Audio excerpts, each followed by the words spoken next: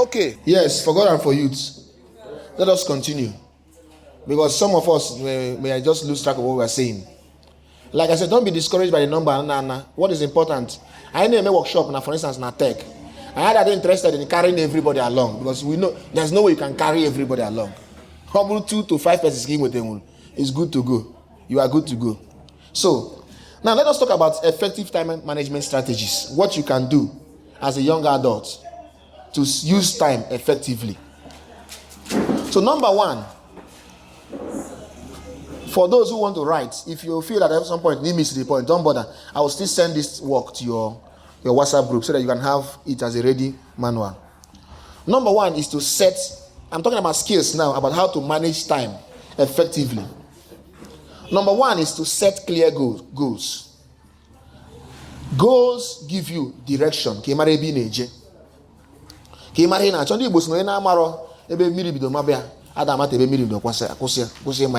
is to show something about goals. Goals give you direction. For instance, when I woke up this morning, it's okay, Odenigbo. It guides my journey. But I'm not going to say, no, you see, your journey will just be, haphazard. But you have a place you are going. It directs your journey and guides you. You'll be able to measure, maybe in Ejekwe and may or not. So, one of the biggest reasons young people struggle with time management and less productivity is lack of clear goals. Without clear goals, it is easy to drift through the day without making real progress. So, for instance, Favor wakes up in the morning with no real plan. She just attends classes, watches movies, plays video games, and chats with friends. At the end of the week, she feels very busy but unfulfilled because she knows she has not achieved anything significant. So, what can you do to set clear goals? Use the SMART goals, and I'm going to explain these SMART. These SMART will ask acronyms. Use SMART goals, not just any goal, but SMART goals. What do I mean by SMART? This SMART, SMART, these are acronyms. Number one is specific. So, what exactly do you want to achieve? Using this, my brother, I'm sorry I'm going to use you for any tech because this is an area I'm conversant with. For instance, if you say you want to get into tech, you need to be clear about your goals. What do you want to do in tech? This is the first problem. If you are saying, naturally, I like a tech, naturally make it. Can you naturally tech? I'm not just naturally a tech. And the person does not know in tech, for instance, and with different niches in tech. So if you want to get into tech, be specific. Anything you want to do, for instance, in life, be specific about the goal. That is what S means. So for instance, what exactly do you want to achieve by that journey you want to begin? If you want to get into fashion designing, what exactly do you want to achieve in fashion designing? If you want to get into content creation, what exactly do you want to achieve? What specific goal can you achieve? No, brothers, no, can maybe content creating. I want to do business. What do you want to achieve in a business? That is what we mean by specific goal. Even if I'm not going to say that I want to be a priest, can you be your goal in the priesthood? So, often I go for instance, in mathematics, what do you want to achieve? You say, I want to score, I want to pass. It is not specific. After may pass exam, you are not specific. But if you say, I want to score an A in mathematics, you are specific. The next thing that will come to your mind, what do I need to do to get 85 or 80? If, for instance, I pass mark 85. So you need to be specific and clear about it. Then the M means measurable. How will you know you have achieved this? If you achieve that goal, will you be able to know? You have it is specific. Now, because it is specific, it's easy to measure. So that is about measurable. How will you know you have achieved it? So if you say, for instance, I want to complete 5 exercises daily. I want to do like there's a boot camp in and around 100 days coding, for instance. I say I must achieve every day. I must complete 1 hour 54 minutes in that program every day. So for me to say that this goal is measurable, is it possible to say at the end of the day, now I've been able to achieve this? If you say I want to exercise daily, or the measurable, because once it is not measurable, you will not know how to rate yourself. Am I close to the goal or not? Then the A, remember I'm talking about SMART. The A means is it achievable? But sometimes some people set goals that are not achievable or they're unrealistic. For instance, in someone that I want to get $1 million in 1 year. Odorokwana achievable in the buying. I want to get $1 million through maybe ire orange. Or the achievable, or the realistic. Or the unachievable. I want to build a business name. Manachomero Unoka Fondo Odenigbo this year. What are possible? So you need to be sure that the goals you're talking about, the realistic. So how do you judge whether or the realistic? Is it something that improves gradually? Once it is not something that you improve on gradually, then it is not realistic. Or not something that will need a quantum leap. You overnight. Overnight. It is not achievable. So the next one, relevant. That goal that you want to achieve, does it align with your priorities, for instance? If it does not align with your priorities, for instance, let's say for me now, I said, I want to go back, I want to go and do mathematics. Is mathematics necessary for my career? If it is not necessary for my career, then it is not relevant to me. And focus on things that are relevant for me. If you want to do fashion and designing, for instance, maybe you are into fashion and designing. There are certain things in the mind around you which are not relevant to you. Avoid those ones because they will lead to wastage. Time that you have used in doing something that are things that are relevant to you, you are wasting them doing stupid things. So you remove them and spend time in doing things. So, for instance, I want to be a fashion designer. Lead him to the goal I want to achieve in fashion designing. My name and I call fashion designing. Anybody in water but just equafe. Fashion designing means much more than just equafe. And if you are really good in fashion design, fashion design is about bringing art into clothing. I know fashion designing. You know what about patronize your girl. Also, maybe so much stitches. Good one stitches. Or fashion designing. Fashion designing, like I said, is about bringing art into clothing. There are people who create this fashion about fashion. There are people who create them. People who are called fashion illustrators.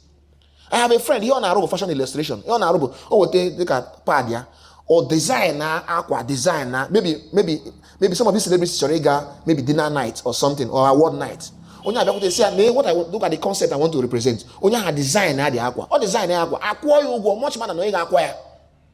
So in aqua and a boom way sack and aqua the FA, but somebody who has done the smart job, who did the illustration, gave 3 times than a acquire. Smart job. So if you want to be a fashion illustrator, fashion designer, a watercolor me, I talk about be precise about the goal. Let it be measurable and let it be achievable and let it be relevant and then time bound. Set a deadline for it.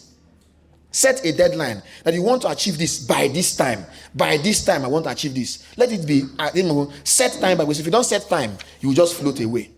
Then you are being able to achieve. Write your goals down and see how and evaluate how you're able to achieve them. Number 2, plan your day daily. Plan your day, your daily schedule. So when we're about to-do list.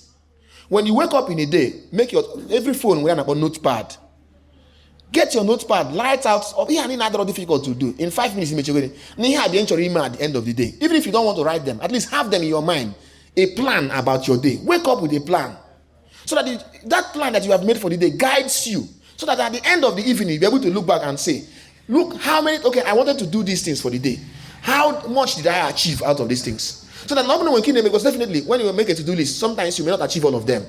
But not when you boof over the next day, you know that I'm carrying this thing over next day. You now know why you are carrying it over. Whether because out of laziness or because you made a mistake or nobody else question email, you now know why you are moving that. It might give the impression that you are becoming rigid. But if you're able to do these things, this is how big guys have succeeded. I'll give you an example of Elon Musk. It doesn't just go about, he doesn't wake up in the day and start doing you can't be doing if you do that with your youth. Suddenly you discover in the 40 years, in the he came the 20, he came the 30, but it is the 40 years. You can't do them. Or they can suddenly know somebody rotate at the age of 45, you actually remember medicine. And opportunity, there's a limited opportunity. I'm not going to go jobs. All are very painful. If you're online, I said, if you job that available, if you not here. But I'd say that age need to be 22 to 35. Recently, I had an opportunity like that to go for Mandela Fellowship. Mandela Fellowship Academy. And I'm in the US. As your life has changed. Mbiasa can be applying here as not 23 to 34 years. Mamu not 34 that time, making apply. It didn't go through. Mamu was apply again. I'm not sure if I'm going at the 22 years. At least before I apply every year. Now I get one I click it, and it just needs me to click once. Just once can my life change. But I've missed out because of time. So if you don't plan yourself well and get to know things well, you suddenly discover at the age of 48, he came when you were 20. You want the opportunity, but you are no longer eligible for it. So plan your day well. You can use these apps, for instance, like Google Calendar to plan your day, or an app about Notion or Todoist. This can help you organize your task well. Then about time blocking technique. Time blocking technique is to allocate specific hours for study, rest, socializing, and other activities. For me, when you socialize, visit no matter. When you want time for friends, I will hang out and lounge, but I'm with it during the weekdays. You know, I can't be visiting you in the day. I can't be visiting you in the day. I'm busy. They made the busy. Friends made the busy. Oh, by 4, 5, I need time. I back on zone. So how far, guy? What's up? How your day take go now? I need better analyze. As for 4, 5. So time out, time wait for friends. But if you're expecting me, can be visiting. You know, I visit within the day. You are wasting your time. I won't visit you. You're person on my time. So now, before sleeping every day, review that you're planning for the day. No matter what you have achieved and what you didn't achieve, and see how you are to carry it over the next day. Now, thirdly is prioritization. I've already taught you something about prioritization. So not all tasks are equal. Some tasks are urgent and important, while others are distractions and they kill productivity. So how to prioritize tasks effectively? Use the ABC method. I've already taught you about Eisenhower matrix. So number A must be done. For instance, something that must be done, do it. Now B is something that is important but not urgent. It's important but not urgent. Schedule it. This one is nice to do but not necessary. Like watching a movie. You can leave it aside and being with a free period. Then this other one is urgent. It is urgent, but it is important, but not urgent. You can delegate someone to do it for you, like necessary. Then there's something we call 8 to 20 rule. 8 to 20 rule is a principle of solving, managing time that's attributed to Wilfredo Pareto. So 8 to 20% says that now all of the things that you need to succeed in a particular endeavor just requires about 20% of your work. The rest 80% of the productivity will come from that 20%. You need just 20% of effort. The results, the 80% of the results will come from that 20%. For instance, opening an exam, for instance, and you just every day, you work 20 minutes, go out, it's beginning of the semester, every day you go out 20 minutes, every day you go out 20 minutes, every day you go out 20 minutes, and read something measurable 20 minutes every day. By the time you get to the end of the semester, you see that you have covered a lot of things. You are not meeting anything for the first time. You are just giving 20%, 20%, 20%. If that there is a higher tendency that you, by the time you go out for the exam, you need more revision. But if you pile up everything, you need 100% effort 2 days before or the night before, after a bag in a hall, like you go enter hall like this. I say 1 plus 1, you wrote to receive 1 plus 1. I don't know when you go in the exam, you know that I'm not spelling this. You can make a compression. This are not, you know that they are not confused. The more also more THEIR, more THIERS. Or not confused. You're not causing the brain fag. You may be good back. So, but prioritizing tasks and using this 8-20% rule will help you achieve these things well. Now, the next one is like what I told you, the Pomodoro technique. There's nothing repeating it again. Pomodoro technique means you do work for 25 to 45 minutes. You will break for 5 minutes. You make another block, maybe 4 blocks or 3 blocks. Then after that, you will see a long hour. This helps you, for instance, like for Nakodo Jam, I often tell people, no smart reading. About teaching go out for each other jam. Just to put on no. Smart reading, you know, how much time can you jam game? Can you day jam, for instance? As a jam April, for instance, it's okay. It shows us about the scheme of work or syllabus. But every topic in the textbook, can I say in a jam? Jam gives you the topics and they say it's okay. How many topics are here? It's okay, 50 topics are here. You need the topic, you check topic and when them maguruni already. When they already, you don't need to read so much about it. Then now when at all, if you know when at all, you need at all more time. It's okay. I do this in exam. But a month before exam. Now we topics are in a 1 month. Half 1 week before the exam. So I plan it in such a way that now before at all, within that 1 month, engage 1 month, I got through topics. So now I'm gonna each day, topics gonna that day. Each day, so that each day, gonna that place. So yeah, I can about smart reading, not just reading aimlessly. And because you are doing smart reading, your brain now work or pick information in the pick and is able to compartmentalize that information. Information that the brain is able to compartmentalize, is able to sort it out and reproduce it effectively. Much better than just need that to I am exam, I ain't gonna erase kwambele. I just now go he go chapter 1, he go chapter 2, he go chapter like he spend out 1 week in ya. He who can like us, he go your base now. Why man sitting kai wofi. So Pomodoro technique helps you to achieve this. So divide the study. For instance, I'm not business kineme. Look at set a target for yourself. I'm not coding kineme. Set the target. I'm now this one work more now. Divide those topics into the weeks and weeks you need. So then learn to say no to unnecessary commitments. Another important thing. Some of us who are here don't even know how to say no to anything. I hope you know saying no to certain things is a sign of maturity. Or a sign of weakness already wicked. No. I hope you know. I can say no. Why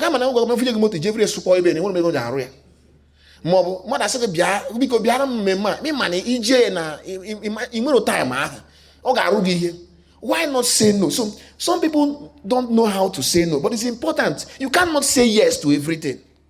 And that's how some people get into relationship. But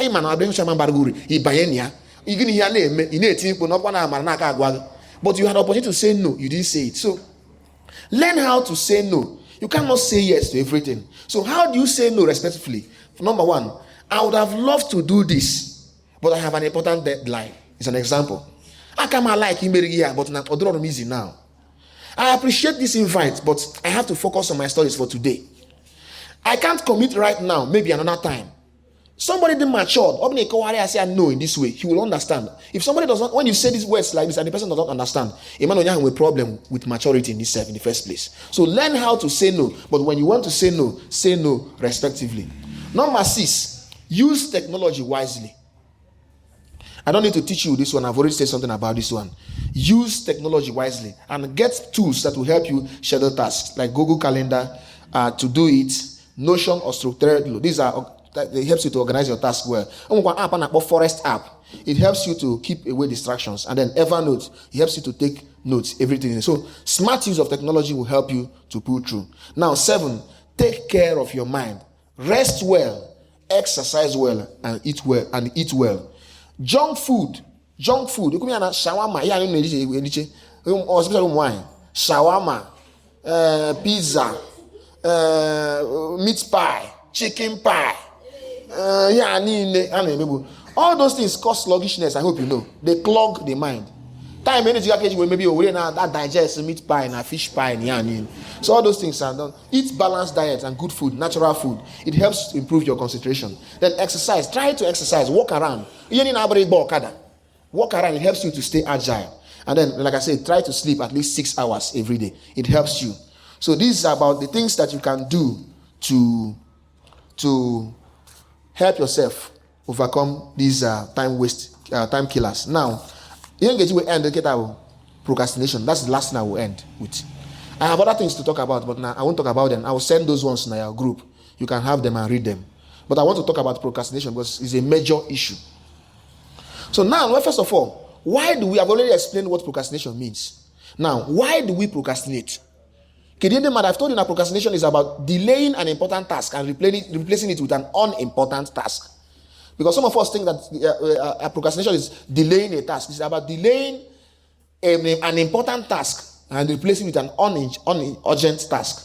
So why does it happen? Psychologists have been able to give us certain reasons. Number 1 is fear of failure. Many young people delay tasks because they are afraid of making mistakes or doing something or not doing it perfectly. For instance, maybe somebody wants to begin content creation. No, so now wow. Speedy. First. Go back and watch Purple Speedy, the first videos we make. If not, I'm going to get interested in. Go back and watch it. This guy that bought 2 pack shake now a trend now. Just create the first video we make. That's such. And what is so wonderful about it? That create first videos just through funny mail. And what not search about it creates the first time that Michael Jackson did breakdance, this moonwalk on him, was the 25th anniversary of Motown Records. At the time we made that moonwalk the first time, it was not so wonderful. But over time, by the time on a years later, he had already perfected it. Maybe by now, Michael Jackson can now breakdance up till now. So begin it. So when you want to do something, begin. Don't say, I need to be very perfect. No, you perfect in the process. Joe father Boshi is all first mass Kodria. Boshi no one can first mass. Father, I know 18 years learning Kasha Kamaso. In an Okwana every time now we are. I never make practice so. But the key she never that in that first mass Oga Bugaz. Oh, we found out that Chezota Yana Sanafana. I want to go to Chukweba. Now, Maros must go to want to catch you. Then I want to go to Chukweba. So, but now by the time Father Nakamas, 1 day, 2 days, 3 days, after 1 year, no, Maria Eshi. What has happened? He has learned well in the process of doing that. Man, nobody can say Kamas. Say, I catch you father for na mama. I be a gonna say, Mamma make Kuchuku. I can no chain. I'm 25 years. Come be a Kuchuku. The first thing after that, it will still shock you. So what I'm saying is, fear of failure makes us feel that we can't do it, and you feel like can make me practice. No, don't do that. When you want to do something, it comes to your mind, and so far as it is good, do it immediately. And when you are doing it, you are learning the art. Not business, begin the business, learn basic things. But you cannot be proficient immediately. Elon Musk, when he started this business, was not as rich as he is today. But he began it gradually, and he has worked himself to this one. Sundar, when you CEO of Google, didn't begin overnight. Or gradually on able not today. Mark Zuckerberg, who began Facebook, which has today become Meta company, comprising 3 companies, he didn't just begin overnight. Gradually. For Facebook. People like us, are the first people who use Facebook. Although as sweet as we told today now. Facebook as 2009, 2008, 2009. Man, told now, called them bar. And then don't try and use it to go. Man, then maybe today has become instant messaging. Man, can I check it can I check it na BBM? BlackBerry Messenger.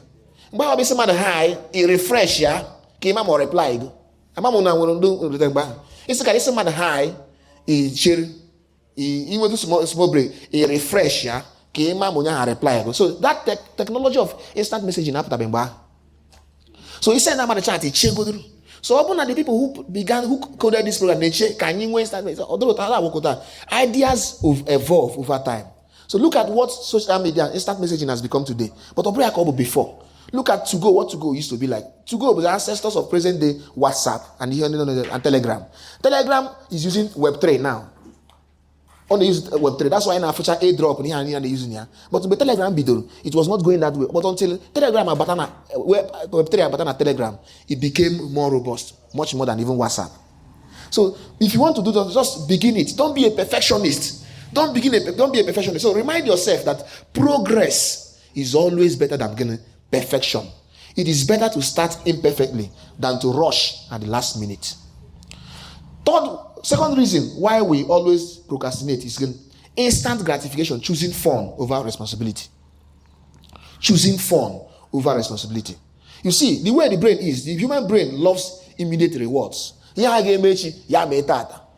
beg, if you want to send me money, send that nah. Make I give you my answer. Make I paste answer.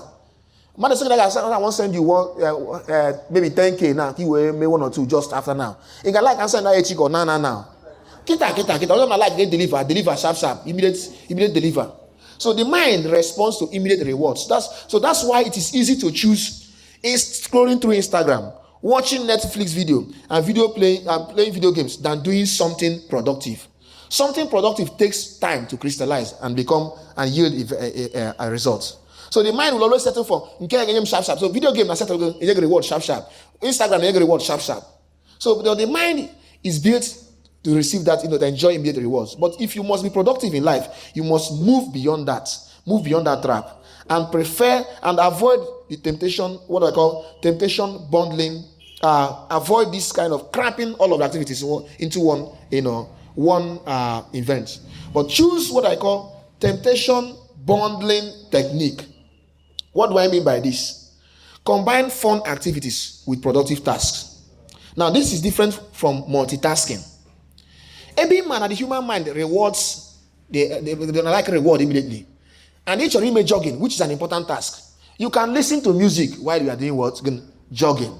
You may jogging. You combine now. You can play a slow music while coding, for instance. It helps you. These are combined fun music. But there are activities that you can't combine. So you can watch a favorite show only after finishing a task. It's a way of combining fun activities. So here about temptation bundling technique, combining fun activities. Since you like fun activities, like me, for instance, I like fun. I'm not sure when you never come like fun. I like fun.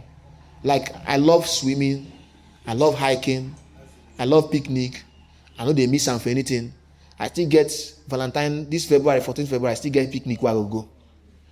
Mananga combine here in such a way that it doesn't affect my priestly ministry. It doesn't contravene my goals. My priestly ministry ranks higher. So what do? I can now get the youth. Listen, the youth. Can I join the picnic? If you're going to room or father, make us join picnic at the same time. If I've combined fun activities. So that's, I don't know, I've given you an example of combining, about bundling, temptation bundling techniques. So that's about things that you can do to avoid instant gratification. Now, another one that makes us procrastinate is overestimating future motivation. So many young people believe that they will feel more motivated tomorrow. Maybe you want to do tech simba nechi ga come man na more energized. The truth is that motivation rarely comes before an action. Obviously, you make content creating. Obviously, you aqua, for instance, maybe fashion designing. It's no motivation. It doesn't work that way. Motivation be more. But you can amazing. The man said, nah, you they so close to this your clothes. Fine, go. He digging a WhatsApp. By the time somebody get review, I say, wow, but the more qualified to it went motivation. You will feel the poise to do more. Or maybe you're an artist.